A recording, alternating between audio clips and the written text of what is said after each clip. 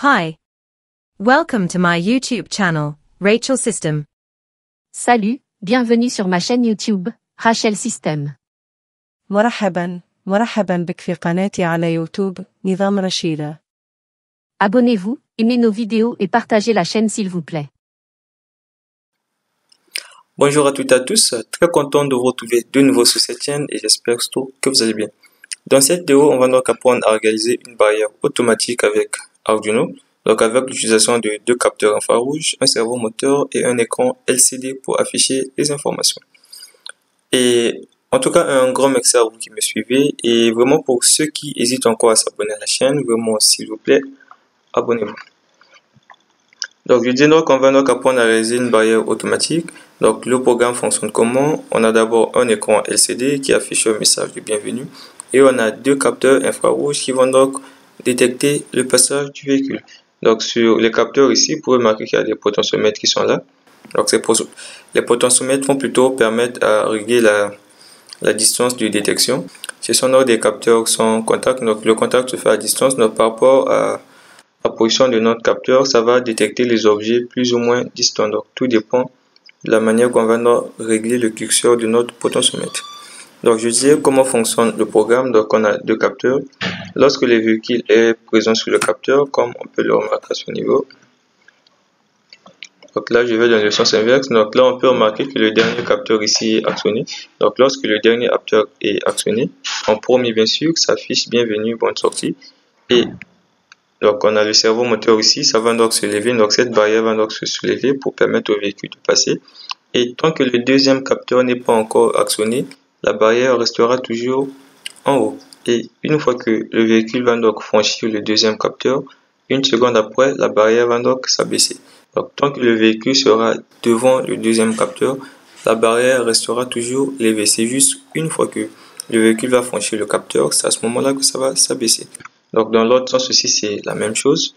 Si c'est ce capteur qui est actionné en premier, ça affiche bonne arrivée. Et c'est le même scénario. La barrière va donc se soulever et à ce moment-là, on va donc vérifier le deuxième capteur. Donc le capteur à la sortie. Donc tant que ce capteur n'est pas encore actionné, la barrière restera toujours en haut. Et une fois que le véhicule va franchir ce capteur, une seconde après, la barrière va donc s'abaisser. Donc ça, c'est la manière que j'ai donc à le monter, du moins à le réaliser. Donc voici comment les choses sont connectées. Donc c'est ce schéma de montage que j'ai eu donc à utiliser. Donc je pense que en ce qui concerne ces capteurs infrarouges, j'ai déjà eu à faire plusieurs vidéos qui expliquent comment ça marche. En tout cas, le principe est très simple. Donc ce sont des capteurs tout ou rien. Donc s'il y a un obstacle devant, ça va donc envoyer. Donc on a une sortie out ici. S'il y a un obstacle devant, ça renvoie du 0 volt. Et s'il n'y a pas d'obstacle, ça renvoie du 5 volts. C'est un peu comme ça que ça marche. Donc c'est l'inverse en quelque sorte. Lorsqu'il y a détection, on a 0 volt et lorsqu'il n'y a pas de détection, on a du 5 volts à la sortie. Donc voici comment sont donc connectés donc nos capteurs au niveau de l'Arduino. J'ai donc utilisé les pins 2 et 3 pour connecter les capteurs. Donc le servomoteur est connecté au pin 5. Et en ce qui concerne l'écran, j'utilise un écran LCD. Donc j'utilise donc les broches SDA et SCL. Précisément les broches A4 et A5. Donc A4 qui correspond à la broche SDA et A5 qui correspond à la broche SCL. Donc ces mêmes broches aussi, on peut le retrouver quelque part en haut ici. Les deux dernières broches, si vous retournez votre carte, généralement c'est écrit dessus. Donc voici donc en ce qui concerne le chemin de montage. On va donc s'intéresser au programme. Donc voici le programme. Donc vu qu'on utilise donc un écran LCD ainsi qu'un servomoteur, c'est donc important d'inclure les bibliothèques. Donc je rappelle que ces bibliothèques, il faudrait les installer par défaut. Si ce n'est pas le cas, vous pouvez regarder les vidéos que j'avais à faire. Ça explique un peu comment installer une bibliothèque et surtout comment utiliser un écran LCD dessus. Il comprend aussi les servomoteurs pour ceux qui ne savent pas comment les utiliser. Donc je laisserai ces vidéos, les liens pour les vidéos dans la description. Donc comme je disais tantôt, pour nos servomoteurs, notre servomoteur ainsi que nos capteurs, on utilise les pins. Le pin 5 pour le servomoteur, les pins 3 et 4 pour nos capteurs infrarouges, comme on peut le remarquer à ce niveau.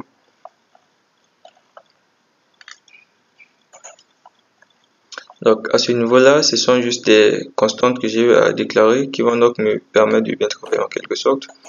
Donc ici, je vais déclarer une attente par exemple de 10, donc c'est le temps en millisecondes. Donc le servo moteur se déplace un peu de façon brutale. Donc ce que je vais faire ici, c'est de mettre un temps d'attente qui va donc me permettre d'incrémenter l'angle de mon servo moteur chaque 10 millisecondes. Donc ici, comme je disais, notre capteur c'est en quelque sorte l'inverse. Lorsqu'il y a détection, ça renvoie du 0 volt plutôt. Et lorsqu'il n'y a pas de détection, ça renvoie du 5 volts. Donc au lieu de travailler avec true ou false, c'est tout, j'ai préféré créer une constante détection que j'ai mis à l'eau. Donc comme ça, dans mon programme un peu plus loin, partout où je mets détection, automatiquement ça sera remplacé par l'eau. C'est un peu un moyen pour éviter un peu de m'embrouiller du genre true, est-ce que true ça veut dire qu'il y a détection ou pas. Donc ici avec des constantes que j'ai eu à déclarer, ça me serait beaucoup plus facile. Donc mon servo moteur se déplace donc d'un angle de 90 à 180 degrés. Donc ce sont les angles que j'ai utilisés. C'est un servo moteur 0,80 degrés. Donc de 0 à 180 degrés plutôt. Mais par rapport à la manière que je l'ai donc programmé, ou du moins la disposition que j'ai utilisée. Donc cette disposition que vous regardez ici, c'est 90 degrés. Et à ce niveau, lorsque ça se lève, à ce niveau, là c'est à 180 degrés. Donc lorsque c'est à 180 degrés, c'est levé comme ceci. Et lorsque c'est à 80 degrés, ça se trouve dans cette 90 degrés plutôt, ça se trouve dans cette position. Donc voilà un peu. Et donc à ce niveau, ce sont des constantes que j'ai eu à déclarer. Ce sont des constantes qu'on va utiliser dans plutôt les fonctions que j'ai eu à créer tout en bas pour ouvrir ou fermer la porte. Donc après cela, on va donc déclarer nos objets. Donc vu qu'on utilise un écran LCD I2C, donc c'est comme ceci qu'on le déclare. L'écran que j'utilise, c'est un écran 16 colonnes de lignes. D'où on voit 16 ici, c'est les colonnes, et ici, ce sont des lignes. Donc le 0x27 ici, c'est une notation en hexadécimal qui correspond à l'adresse de mon écran I2C. Donc ça correspond à 39 en décimale si je ne me trompe pas. Et à ce niveau, on déclare un objet de type servo moteur. Donc pour simplifier mon programme de telle sorte que ça ne puisse pas être très long, je m'étais rendu compte que les tâches étaient répétitives. Donc pour éviter de réécrire les mêmes choses dans le programme, la solution que j'ai trouvée, c'est de créer des fonctions qui vont gérer ces tâches en quelque sorte. Donc la première fonction ici, gestion porte ici, qui prend en paramètre une constante de type bool, donc soit vrai ou faux. Donc, comme je vais mettre ici, permet de positionner le servo moteur. Donc lorsqu'on envoie par exemple open, ça va donc positionner le servo moteur à 180 degrés. Et lorsqu'on envoie close, ça va positionner le servo moteur à 90 degrés.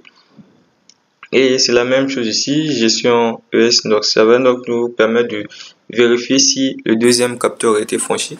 Donc comme je disais, le deuxième capteur, ça dépend du sens où on entre. Si on commence à rentrer par la gauche, on va donc vérifier si le capteur à droite est franchi. Si on rentre à droite, on va vérifier si le capteur à gauche est franchi. Pour que la porte puisse se fermer une fois que c'était, pour que la barrière plutôt puisse se fermer une fois que c'était ouverte. Donc voilà un peu l'utilité de ces fonctions. Donc là, ce sont juste des prototypes, comme je peux le mettre en commentaire. Donc l'implémentation se trouve tout en bas. Alors au niveau de la fonction setup, qu'est-ce qu'on fait? On va donc initialiser notre écran I2C. Après avoir initialisé, on initialise nos servos moteurs. Et aussi, on initialise les pins de nos capteurs. Donc, tout ceci n'est pas nouveau, vu que j'en parle tout le temps. Donc, dans notre vote loop, qu'est-ce qu'on fait? On commence par afficher le message. Donc, je pense que vous avez eu à voir l'extrait de la vidéo que j'ai eu à publier récemment. Donc, ça, c'est le code source. Donc, je remettrai aussi le même extrait de la vidéo tout juste à la fin. Donc, qu'est-ce qu'on fait? On commence d'abord par nettoyer notre écran. On positionne le curseur, on affiche le message au niveau de la première ligne, on positionne de nouveau le curseur et on affiche le message au niveau de la deuxième ligne. Donc c'est ce qu'on va faire à ce niveau. Donc à chaque parcours de la boucle loop, donc de la fonction loop plutôt, donc on nettoie et on réécrit le message chaque 500 millisecondes. Donc la boucle loop plutôt, la fonction loop se répète chaque 500 millisecondes et chaque 500 millisecondes on nettoie et on réécrit. Donc c'est extrêmement vite que c'est un peu difficile à remarquer, mais si vous êtes attentif, vous allez remarquer que l'écran s'efface et les écrits se réécrivent en quelque sorte chaque 500 millisecondes. Donc c'est important parce que vu qu'on va écrire aussi des messages en bas, si le capteur est détecté et tout, donc on aura besoin qu'une fois que cette tâche par exemple va terminer, qu'on puisse remettre le message par défaut. Et si on nettoie pas l'écran, on risquera vraiment de mélanger des trucs et tout, et à la fin, on n'aura pas le message qu'on souhaite. Alors, la première des choses à faire ici, on va donc vérifier si le véhicule rentre. Donc, c'est ce cas de figure ici. On va vérifier si le véhicule rentre. Donc, c'est ce premier capteur ici qui est détecté. Dans ce cas-ci, ce premier capteur est détecté. Donc, vous remarquez qu'il y a deux lumières dessus. Donc, voilà pourquoi aussi le capteur envoie l'eau, parce que le courant est en quelque sorte absorbé pour allumer la deuxième LED. Si vous remarquez à ce niveau, il y a juste une LED qui allume. Ça, c'est pour signaler que le capteur est sous tension.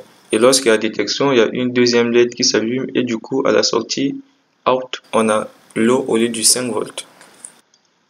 Donc, dans ce cas de figure, on a ce capteur qui est actionné et le deuxième n'est pas actionné. Donc, c'est ce que j'ai eu à faire à ce niveau. Donc, on va vérifier si on a détection à ce niveau. Donc, j'ai préféré faire la lecture et le test aussitôt. Donc, on lit et on teste. Au lieu de stocker la lecture dans les variables et tout, j'ai préféré le faire directement dans le if. Donc, on vérifie s'il y a détection et si l'autre n'est pas actionné. Donc, si le premier capteur est actionné, et que ça signifie et. Donc je pouvais l'écrire comme ceci ou encore l'écrire comme ceci. En tout cas, dans tous les cas, ça signifie la même chose. Et que le deuxième capteur n'est pas détecté et qu'il n'y a pas de détection au niveau du deuxième capteur. À ce moment, ce sont donc ces tâches qu'on va réaliser.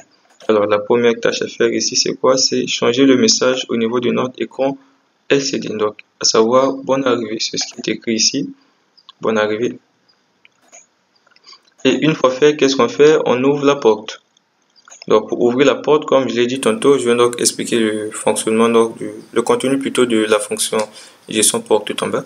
Qu'est-ce qu'on fait? On ouvre la porte. Et pour ouvrir la porte, on envoie simplement en paramètre la constante open. Donc la constante open qui correspond à false. Donc lorsque ça se trouve à ce niveau, on ouvre la porte. Donc l'image est aussi ici, vous remarquez que c'est ouvert.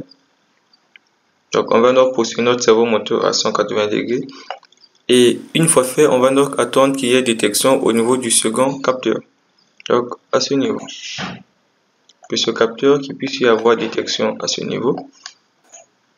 Et lorsqu'il y a détection au niveau de ce capteur et que ce capteur a été franchi, à ce moment, on fait de nouveau appel à la fonction gestion porte pour refermer la porte. Donc on envoie en paramètre la constante close qui contient, je crois, la constante true. Donc voilà un peu comment ça marche. Dans le deuxième cas aussi, c'est la même chose, mais sauf qu'on ira maintenant dans le sens inverse. Donc on va inverser les capteurs. Dans ce cas-ci, le premier capteur, il ne doit pas y avoir détection, mais il doit avoir détection au niveau du second capteur. Et les tâches sont les mêmes. Au niveau de l'affichage, on va donc afficher ce message. On ouvre la porte, on vérifie donc le premier capteur et après on ferme la porte. Et la boucle se répète donc chaque 500 millisecondes. Donc, intéressons donc aux deux fonctions, notamment gestion porte et gestion ES, donc entrée-sortie. Donc, à ce niveau, lorsque état correspond donc à true, qu'est-ce qu'on fait? On ouvre la porte, donc on positionne notre servo moteur à 180 degrés. Là, plutôt j'ai mis open. Open, je pense que ça correspond à false, si je me trompe pas, oui, c'est à ce niveau.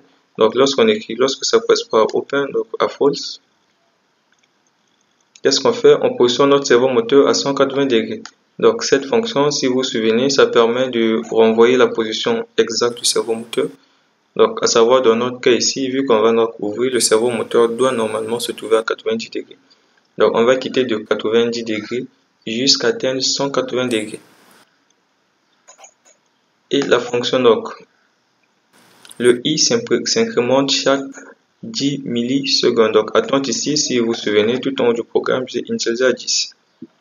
Donc, chaque 10 millisecondes, la variable i s'incrémente de 1 jusqu'à atteindre 180. Donc, ce qui aura pour conséquence, le servo moteur ne va pas se déplacer de façon brutale, mais plutôt de façon progressive. C'est exactement la même chose qu'on va faire ici, sauf que au lieu d'incrémenter, on va plutôt décrémenter, vu que je vais mettre close ici. Donc à close ici, toujours la même fonction read ici, qui va nous renvoyer la position exacte du servo moteur. Donc dans ce cas précis, on doit se trouver à 180 degrés. Et donc lorsqu'on est à 180 degrés, on va décrémenter jusqu'à ce que i va atteindre 90 degrés. Donc ici aussi, c'est la même chose, i se décrémente chaque 10 millisecondes. Donc la conséquence est la même. le servo moteur ne va pas se déplacer de façon brutale, mais plutôt de façon progressive. Donc, vous remarquez que c'est beaucoup plus pratique. Ici, je vais maintenant à écrire ceci dans la fonction WhatLoop. Donc, vous voyez qu'à ce niveau, on doit ouvrir, ensuite fermer, et à ce niveau-là aussi, c'est la même chose, ouvrir, fermer, écrire la même chose, c'est un peu encombrant, et le programme devient long pour rien. Donc, la deuxième fonction ici, c'est gestion ES. Donc, entrée-sortie. Donc, à ce niveau, qu'est-ce qu'on fait? On ne fait que lire les capteurs et on ne fait absolument rien. Donc, le premier cas ici, c'est quoi? Donc, pin ici, c'est le capteur à lire. Si on est, par exemple, dans ce cas précis, donc dans ce cas précis, c'est le premier capteur qui a été déclenché en premier, ce qui veut dire qu'on doit vérifier que le deuxième capteur a été franchi. Donc, à ce niveau-là, qu'est-ce qu'on va faire? On va donc envoyer le pin correspondant au deuxième capteur. Et qu'est-ce qu'on fait? On va donc lire le pin. Donc, on va se mettre la lire. S'il n'y a pas de détection, donc la lecture ici, je aussi vais mettre un temps d'attente. Parce que lorsque je n'avais pas à mettre de temps d'attente, j'obtenais donc des lectures un peu erronées. Le programme se comportait de façon bizarre. Mais lorsque j'ai eu à ralentir la boucle while en mettant un petit temps d'attente, donc une petite pause, et là, j'ai donc obtenu des lectures correctes. Donc, attendre comme toujours, ça correspond donc à 10 millisecondes. Donc, qu'est-ce qu'on fait? On va vérifier qu'il n'y a pas de détection. S'il n'y a pas de détection, on ne fait rien et la boucle while continue donc à vérifier. Tant qu'il n'y a pas de détection, la boucle while tourne. La boucle while s'exécute en quelque sorte. Et une fois qu'il y aura détection, ça veut dire que le véhicule est arrivé au niveau du deuxième capteur. Et là aussi, c'est la même chose. On va toujours continuer à vérifier que le véhicule se trouve toujours au niveau du capteur. Tant que le véhicule se trouve au niveau du capteur, la boucle while va toujours commencer donc à s'exécuter. La boucle while va toujours s'exécuter. Et une fois qu'à ce niveau, le véhicule aura donc franchi le capteur, donc cette condition ne sera plus juste. Et à ce niveau, on va donc passer donc à l'instruction suivante qui est un delay 100 millisecondes. Donc on va attendre une seconde et une seconde après, on fera donc appel à cette fonction. Donc pour fermer la porte. Donc la porte ne se ferme pas automatiquement dès que le capteur n'est plus actionné, mais ça patiente 100 millisecondes, 1000 millisecondes plutôt, donc une seconde. Donc voilà un peu le contenu du programme. J'espère que les expressions ont été claires et ça vous aidera donc à pouvoir réfléchir à vos propres programmes. Donc je vous laisse suivre l'extrait de la vidéo et on se donne rendez-vous à l'année prochaine.